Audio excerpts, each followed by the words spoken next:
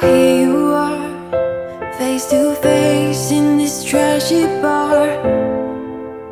Another glass and I am going places. Makes me laugh about the irony of everything.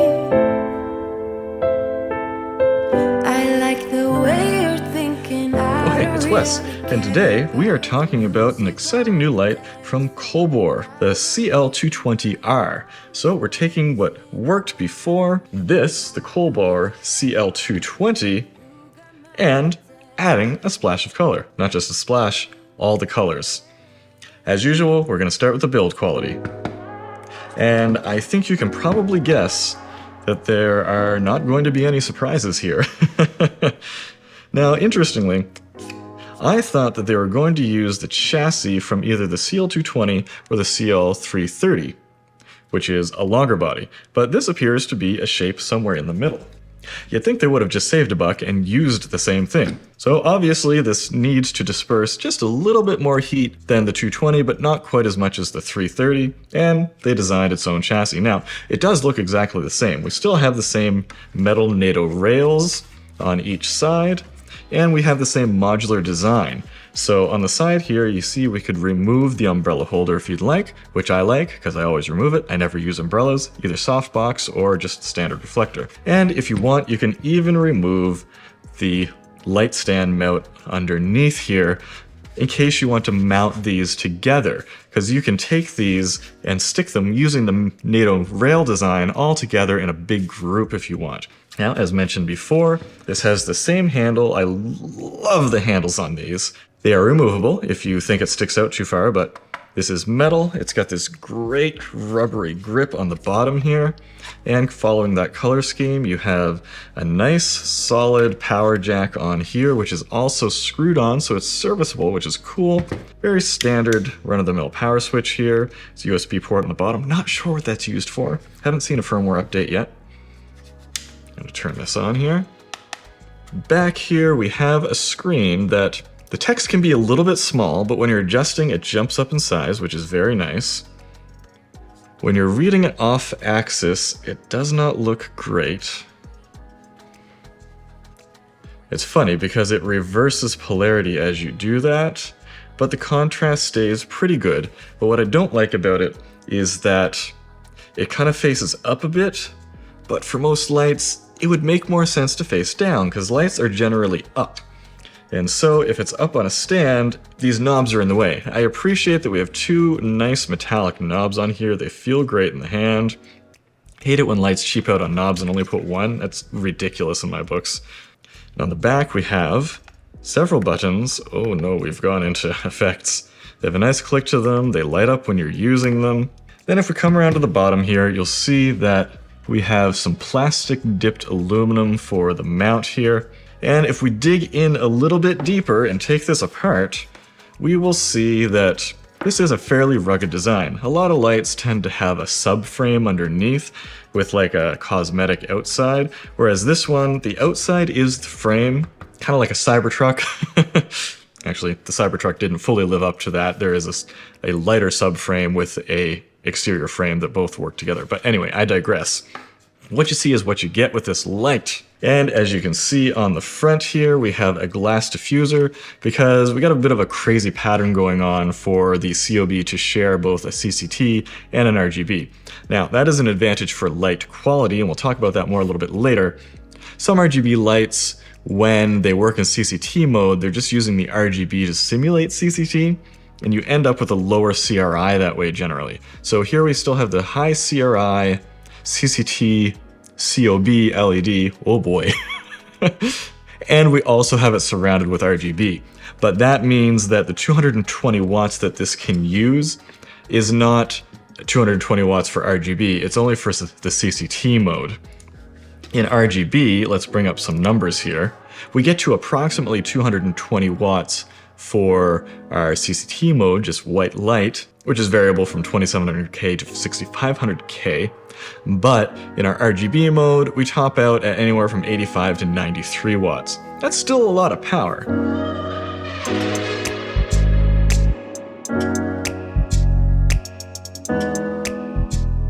And as you can see in these photo shoots, it was enough to light up a background even when the foreground was being lit by an 8600 Pro.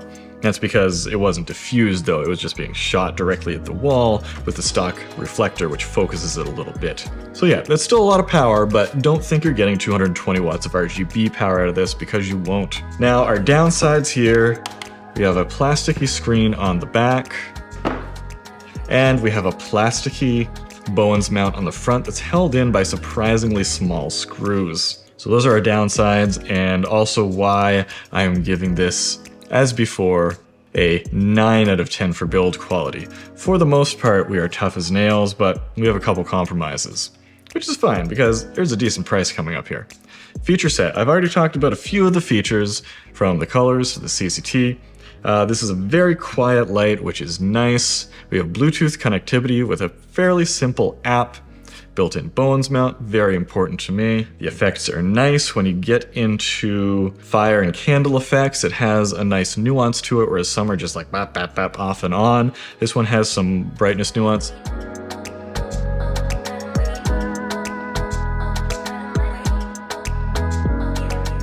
In the fireworks, it's a little disappointing that it doesn't work in a varying RGB mode. It would be nice if you could have like red and blue and green. You just kind of pick a color and go with it.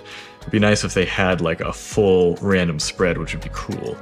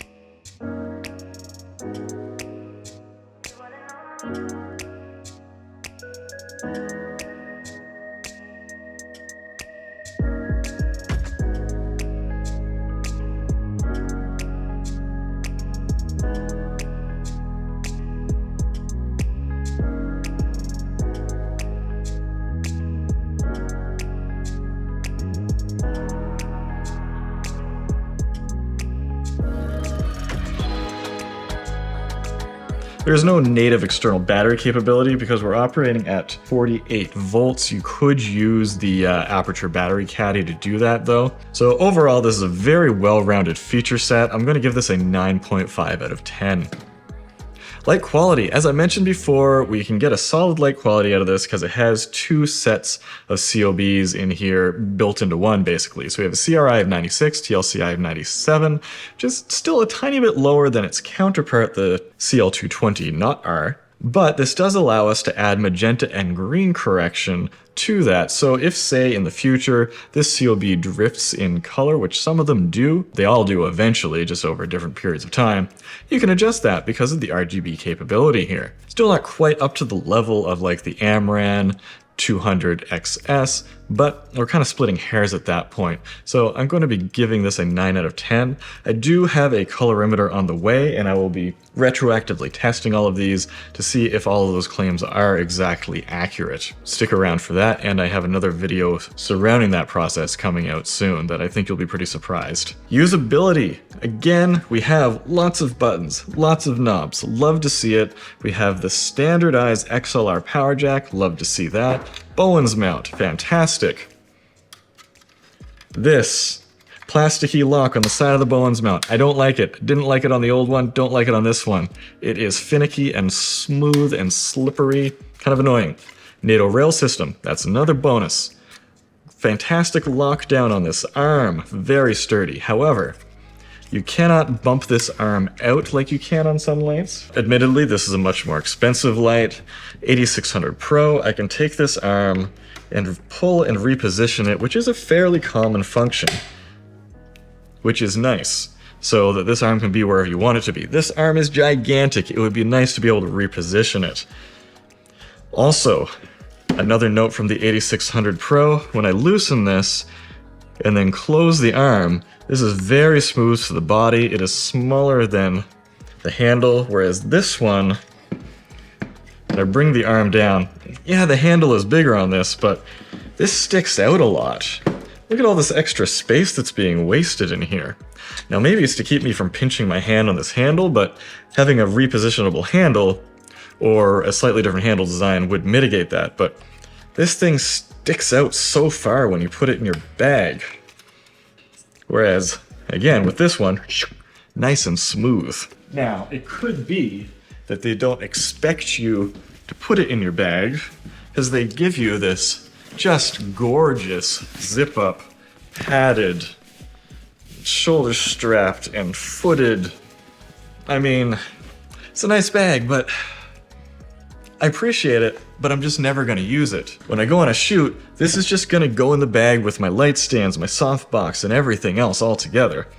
And as such, I appreciate that it has a pretty rugged design, but kind of annoyed at all the extra stuff sticking off of it. Continue on for usability. The app, super easy to use. Pairing works great. The fan always stays under 40 dB, which is fantastic. I tested this for 8 hours straight at 100% output.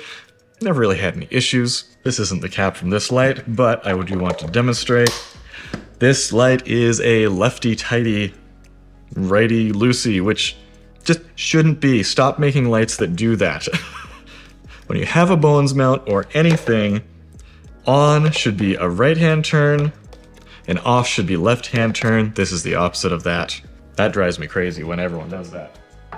Overall, for usability though, got a lot going for it, just some nitpicks. It's a 9 out of 10. This light is an easy light to get used to. Value, and that is where the original Colbor CL220 really killed it. A highly competitive price point.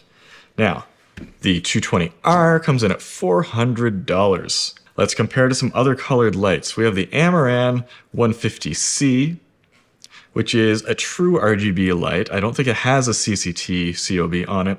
That comes in at $360. So in some ways you have more RGB power, but less CRI usability going on here. You have the Nanlite Forza 60C, which is an 88 watt RGB light, which is $700. It used to be a lot of power for little money, but not anymore. Godox SL150R, 165 watt RGB, $360. GVM PR150R, $330 for 80 watts, and the Hive Lighting Wasp 100C for $1,100. So this is not the cheapest way that you can get RGB, but it probably is the cheapest way that you can get RGB plus CCT for the fullest color quality. So I'm gonna give this an 8 out of 10 for value. So that gives us a total of 89%, which is a solid score. Let's have a look on the score sheet here. So it does not beat its brother, the CL220, the original, because that one came in at an unbeatable value at the time. But this one has a compelling use case of its own, and it has a beautiful ecosystem. I love it when a manufacturer makes their lights so similar, although there are some nitpicks that are the same about this as the CL220, such as the Bowens release and the plasticky Bowens mount and the direction of rotation. It's nice that they work together like this and have a similar design language. It's great, because if you want to get into having a set of lights and ecosystem, it's a great place to start, especially since these can actually be mounted together, which is pretty cool. If you have any questions about this, or you want to pick up one of these, there's a link down in the description below to help support this channel and feed my fat cats. But until next time, let's go take some photos and some videos.